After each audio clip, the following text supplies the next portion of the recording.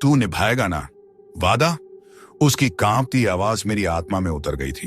एक सर्द रात जब पूरा इलाका बर्फ से ढंका हुआ था और हवाओं में मातम सा सन्नाटा था, मैं उसके सामने बैठा था। उसका शरीर बर्फ में ठंडा हो चुका था, लेकिन उसकी आंखों में अभी भी एक उम्मीद बाकी थी, वो उम्मीद जो उसने मुझसे की थी। मैंने उसका हाथ थामा, जो अब भी थोड़ा गर्म था।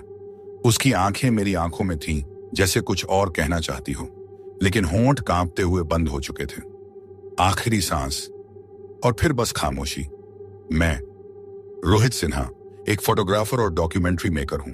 मेरी दुनिया वो है जो आम लोग नजरअंदाज कर देते हैं। उजाड़ इमारतें, सुनसान जंगल, वीरान घाटियां और भूतहा कहानियां। लेकिन ये कहानी, ये बस एक और सिर्फ एपिसोड नहीं थी। ये मेरी जिंदगी की सबसे भयावह हकीकत बन गई। भुलग्राम का नाम मैंने पहली बार सुना था, एक तिब्बती साधु से। वो दिल्ली के एक पुराने मंदिर के बाहर बैठा था। मेरी टीम जब भारत की सबसे डरावनी जगहों पर डॉक्यूमेंट्री बना रही थी, तब वो साधु खुद हमारे पास आया और बोला, डर का असली चेहरा देखना है तो भुलग्राम जाओ, वो घाटी जहां आत्माएं अब भी जिंदा हैं। मैंने कई बार नक्शा देखा, गूगल किया, लोकल आर्काइव खंगाले, लेकिन भुलग्राम का कोई जिक्र कहीं नहीं था। वो जगह जो कभी थी, लेकिन अब जैसे मिटा दी गई हो। मेरी साथी अदिति, जो मेरी डॉक्यूमेंट्री पार्टनर और प्रेमिका भी थी, उसे इस जगह का नाम सुनकर ही ठंड लगने लगी थी। रोहित, हम जो कर रहे हैं वो खेल नहीं है। अगर कोई जगह नक्शे से हटा दी गई है तो उसका कारण होता है। लेकिन मैं अड़ा रहा। अंततः हमने पुराने नक्शों की मदद से एक खामोश रास्ता पकड़ा और 2 दिन की पैदल यात्रा के बाद एक गहरी घाटी में पहुंचे, जहां सूरज की किरणें भी देर से पहुंचती थी। पहली रात हम एक झोपड़ी में रुके। ठंड बहुत तेज थी, लेकिन उससे भी ज्यादा भयानक थी अदिति की नींद में बड़बड़ाहट। वो आ रही है, वो मुझे देख रही है, सफेद कपड़े, गीले बाल, आंखों में आंसू, और कह रही है, रोहित को बचा लो, रोहित को मत जाने दो। मैंने उसे झकझोरा, उठाया। उसने मुझसे लिपटते हुए कहा, वो लड़की, वो मुझसे कुछ मांग रही थी, कह रही थी, तेरा वादा, तेरा वादा। मैंने उसे तसल्ली दी, लेकिन मेरे मन में डर ने घर बना लिया था। अगले दिन घाटी और गहरी लगने लगी। जंगल स्याह हो चुके थे, और वो झील जिसके पास हम पहुंचे थे, उसमें आदिति ने देखा एक प्रतिबिंब उसका नहीं, किसी और लड़की का। तीसरे दिन बर्फबारी बेकाबू हो गई। रास्ते बंद हो चुके थे। गांव के लोग जो अब तक हमसे बच रहे थे, वो भी अब सामने आए। उनमें डर था, जैसे हमारी मौजूदगी कोई अपशगुन हो। आदिति की तबीयत अचानक बिगड़ गई। सांसें टूटने लगीं, शरीर नीला पड़ने लगा। हमने गांव की बुजुर्ग महिला को बुलाया। उसने कहा, इसने किसी आत्मा को छू लिया है और अब वो इसके साथ है। रात भर मैं जागता रहा। आदिति का शरीर ठंडा होता गया। उसकी आंखें खुली थीं और होंठों पर आखिरी शब्द था, उसे बचा लेना नूरा, तेरा वादा। अदिति के जाने के बाद मैं कई दिनों तक किसी गहरी नींद में डूबा रहा। शरीर वहीं भुलग्राम के एक खाली कमरे में था और आत्मा कहीं भटक रही थी। मैंने किसी को उसके बारे में बात नहीं करने दी, न कोई वीडियो रिकॉर्ड किया, न किसी डॉक्यूमेंट्री का हिस्सा जोड़ा। पर एक चीज थी जो उसने मुझे छोड़ी थी, एक नीले रंग की डायरी। उस डायरी को मैंने पहली बार देखा जब आदिति की चीजें समेट रहा था। वो डायरी एक पुराने फटे हुए बैग के कोने में छिपा कर रखी गई थी, जैसे वो नहीं चाहती थी कि मैं उसे देखूं। डायरी का पहला पन्ना बस इतना कहता था, मैंने वादा किया है, पर क्या मैं निभा पाऊंगी? अगर तुम ये पढ़ रहे हो तो शायद मैं हार गई हूं। नूरा अब तुम्हारे पास जाएगी। रोहित, उसे बचा लेना, किसी भी कीमत पर। नूरा, ये नाम मैंने पहले कभी नहीं सुना था, न अदिति से, न किसी गांव वाले से। उन्होंने मेरी रीढ़ में बिजली सी दौड़ा दी। आज मैंने फिर उस झील में उसका चेहरा देखा। सफेद आंचल, गीले बाल और आंखों में शून्यता। उसने मुझसे बात की। वो आत्मा मुझसे बोली थी। उसका नाम नूरा है। वो कभी इसी गांव में रहती थी और किसी से वादा किया था जिसे निभाने वो अब तक नहीं जा सकी। अब मुझे सपनों में बुला रही है। हर रात, हर बार उसकी चीखें तेज होती जाती हैं। वो मुझे कहती है कि रोहित को वापस भेज दो, क्योंकि उसने वादा तोड़ा था और अब उसे चुकाना पड़ेगा। मैं डरती हूं, बहुत ज्यादा, पर मैं उससे जुड़ चुकी हूं। शायद पिछले जन्म से, शायद उसके अधूरे प्रेम से, लेकिन मैं उसे अकेला नहीं छोड़ सकती।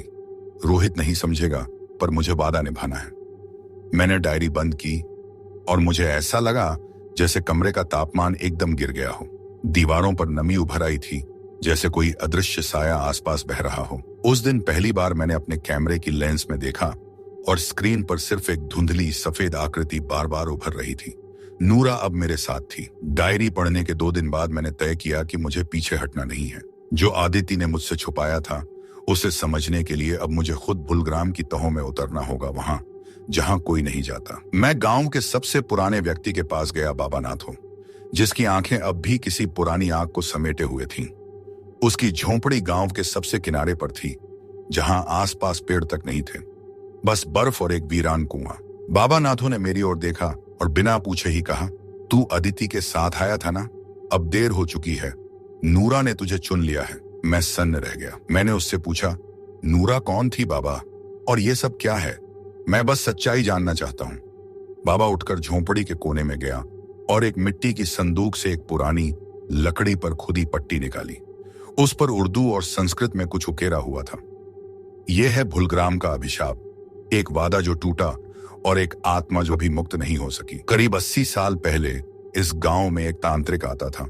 नाम था भैरवनाथ। वो और तंत्र विद्या से लोगों की बीमारियां ठीक करता था, लेकिन उसका असली इरादा था अमृतत्व पाना।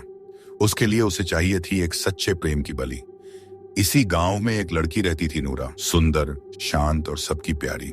उसे एक शहर से पढ़ने आया लड़का ईशान बहुत चाहता था। दोनों में प्रेम हुआ और वादा किया गया, जब भी तू बुलाएगी मैं लौट आऊंगा। लेकिन शहर लौटने के बाद ईशान कभी वापस नहीं आया।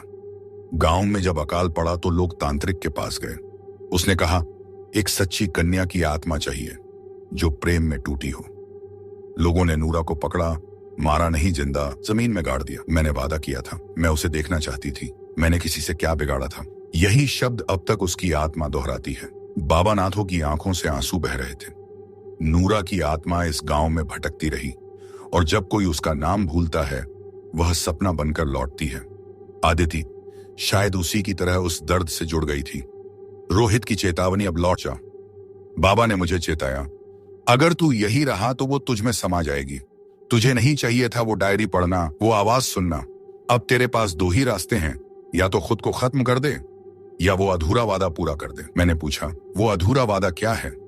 बाबा ने एक मोमबत्ती जलाकर पास रखी और कहा, उसे वो दिखाई नहीं दिया जिससे उसने वादा किया था। उसे वो चेहरा चाहिए, और शायद अब तुझमें वो चेहरा दिखता है। उस रात मैंने आदित्य की विदा की आवाज दोबारा सुनी। नहीं, वो सपना नहीं था। उसने कहा, तू जान गया है ना, अब उसे मुक्ति दिला। मुझे भी शांति चाहिए रोहित, तेरा वादा।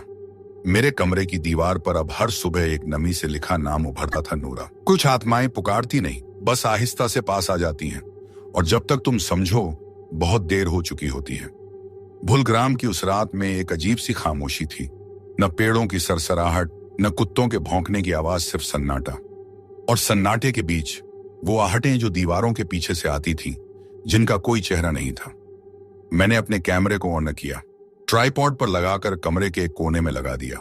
बस एक मोमबत्ती जल रही थी, बाकी अंधेरा। वो घड़ी करीब 2:48 दिखा रही थी और तभी कमरे का तापमान गिरा। सांसें धुंध में बदलने लगी। मैं खड़ा हुआ ही था कि अचानक कैमरे की स्क्रीन पर कुछ झिलमिलाया। फुटेज में जो दिखा वो मेरी आंखों से नहीं दिखा। 2:49 एक परछाई दिखाई देती है। धुंध से बाहर आता है एक फीका सा आंचल, और उसके नीचे नंगे पांव बर्फ में भीगते हुए बिना आवाज के चलते हैं। चेहरा नहीं दिखता, बस एक सरसराहट। 2:50 रात के समय कैमरे में आवाज आती है, वो नहीं आया, तू आया है। 2:51 सुबह कैमरे की लेंस पूरी तरह धुंधली हो जाती है और एक सफेद चेहरा बहुत पास आ जाता है, बिल्कुल पास। नाक, होंठ नहीं दिखते, सिर्फ 2 खाली आंखें, और उन आंखों से खून जैसा कुछ बह रहा था। मैं वादा निभाने आई हूं, अब तू निभा। मैंने वो कैमरा उठाया और कमरे से बाहर भागा। लेकिन जैसे ही मैं दरवाजे तक पहुंचा, दरवाजा खुद ही बंद हो गया। दरवाजे पर अब नमी से एक हाथ का निशान था, और फिर हवा में गूंजती आदित्य की आवाज, अब तुझ में वो देख रही है, अब भाग नहीं सकता रोहित। अगली सुबह मैं सुबह तक बेहोश पड़ा रहा। जब होश आया तो देखा मेरी हथेली पर किसी ने कुछ खुरचा था खून से। तेरा वादा। हर आत्मा की मुक्ति का द्वार होता है, लेकिन कुछ दरवाजे ऐसे होते हैं जो सिर्फ खून से ही खुलते हैं। उस सुबह जब मेरी हथेली पर तेरा वादा खुरचा हुआ मिला, मैं समझ गया था अब पीछे हटना नामुमकिन है। मेरे भीतर डर और सवाल दोनों बढ़ रहे थे। क्या अदिति मर चुकी है या वो अब भी कहीं नूरा की कैद में है? और नूरा, उसे मुक्ति चाहिए या साथ? भुलग्राम का रहस्य जो अब तक छिपा था। बाबा नाथो ने मुझे बुलाया। वो पहले से बीमार लग रहे थे, उनकी आंखें अंदर धंस गई थीं। तेरे साथ अब सिर्फ एक ही रास्ता बचा है, उन्होंने कहा। गांव के बीचों बीच जो कुआं है ना, वो कभी पानी देने वाला कुआं नहीं था, वो दरवाजा है। उस दरवाजे के नीचे ही है नूरा की अधूरी कथा, और वहीं है उसका आखिरी इंतजार। उस रात 11:55 मैं अकेला उस कुएं के पास गया। चारों तरफ बर्फ, कोहरा और एक अजीब सी सड़ांध हवा में थी। कुएं की दीवार पर अब भी वो तांत्रिक मंत्र खुदे हुए थे जिन्हें बाबा ने पहले दिखाया था। मैंने अपने हाथ की खरोंच से निकला खून कुएं की मुंडेर पर छुआया और एक पल में वो कुआं हिलने लगा। नीचे से ऐसा लगा जैसे किसी ने अंदर से लकड़ी की दीवार पीटी हो। फिर एक हल्की सी आवाज आई, अब आ रहा है तू? उस जैसे मैं रस्सी के सहारे उतरता गया। नीचे करीब 20 फीट का रास्ता था, लेकिन हर फीट के बाद माहौल ठंडा और भारी होता जा रहा था। नीचे पहुंचा तो देखा चारों ओर दीवारों पर पुराने खून के धब्बे और बीच में एक पत्थर की वेदी। उस पर रखी थी एक टूटी गुड़िया जिसके बालों में अदिति की चूड़ी फंसी थी। मैंने गुड़िया को हाथ में लिया और पीछे से किसी ने मेरा नाम लिया, रोहित। मैं पीछे मुड़ा लेकिन वहां कोई नहीं था। फिर एक अंधेरे कोने से कुछ बाहर आया।